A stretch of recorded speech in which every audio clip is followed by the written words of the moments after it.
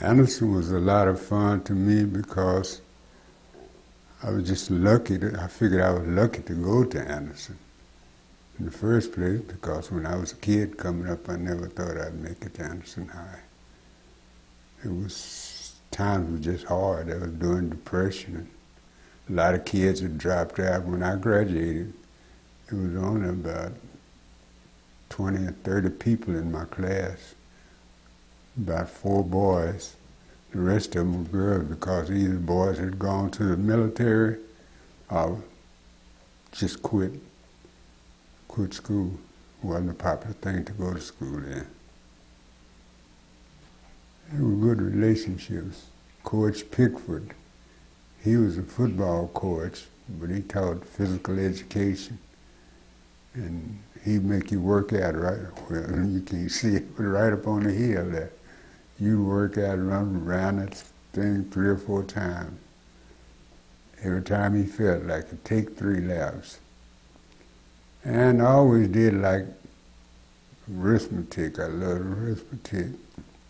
When I was going to Anderson, I took algebra, physics. I took all my heavy subjects in the first 3 years. When I graduated, I was taking cooking and library study hall they call it, cooking and study hall. And I really didn't take anything when I graduated from high school, when I was in 12th grade at least, because I'd already taken all that. I wanted to get through with it. As I worked at night, and I knew later on I wasn't going to feel like fooling with it, so I went on and did it. I'd say, well, you should have gone to Anderson because we had a lot of championship football players, and the band even won some championships, and the teachers were good. We didn't have very many male teachers because they were going into the military too. We had a lot of female teachers. And they really did their job as far as teaching is concerned. You could learn all you want to learn. We had the school books and the teachers and the other students. And a friend of mine, Charles Overton, he graduated the same time I did. We were the only 2 boys in the classes, a lot of classes, and they'd have boys competing against L. Nita Lee and Marjorie Hutchinson, George O'Connor. Her father was a doctor. And we had to really study. When you go to geometry and they put those problems on the board, you put your own problems on the blackboard. And you can go as long, the 2 of you can collaborate for solving the problems. And we worked on those girls. We had fun. And you had football, which I went out for football, but we were so poor, I didn't have any spending change.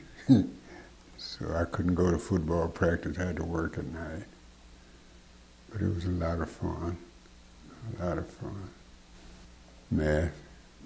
Math was my favorite subject. I love all kinds of math, algebra and geometry and all that. The next one was chemistry. I love chemistry because I like to experiment, make different things, you know, put something together and say it might blow up. Everybody get out of class, this might blow up because if you mix it wrong. I mean, we didn't have the real chemicals to make it with. Hydrogen and oxygen, and we made some oxygen. And to prove that you did it right, you had to inhale some of it. So I was in the chemistry class. And oxygen, and then my other favorite subject was physical ed because I like to play. I like to play, we could play. And I think about when we went to elementary school during the Depression in the 30s. Nobody had any shoes. A few kids come to school with shoes on, but they'd feel out of the group, you know, because they got shoes. The rest of us didn't have no shoes, so everybody pulled off their shoes and we play in the grass and the dirt and really had a good time. I really enjoyed school, in other words. It was a thing I looked forward to. All of my friends had quit school and gone to the military and just quit, period.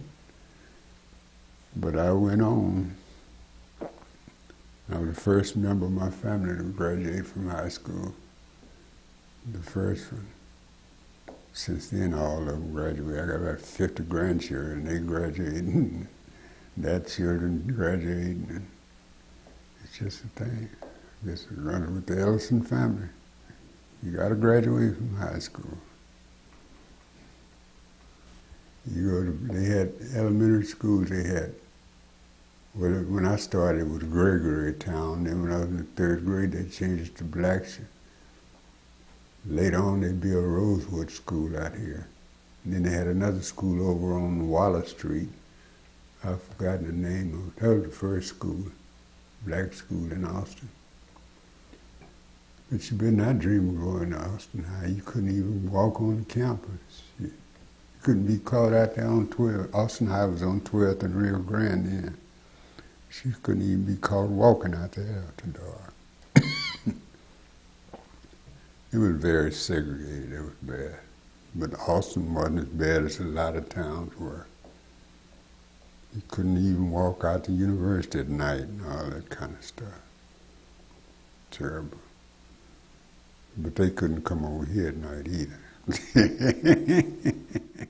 Yeah, well, one of my teachers was related to my family. She wasn't a close relationship, but my mother's name was Myrtle, and she'd go down and tell Miss Myrtle on you.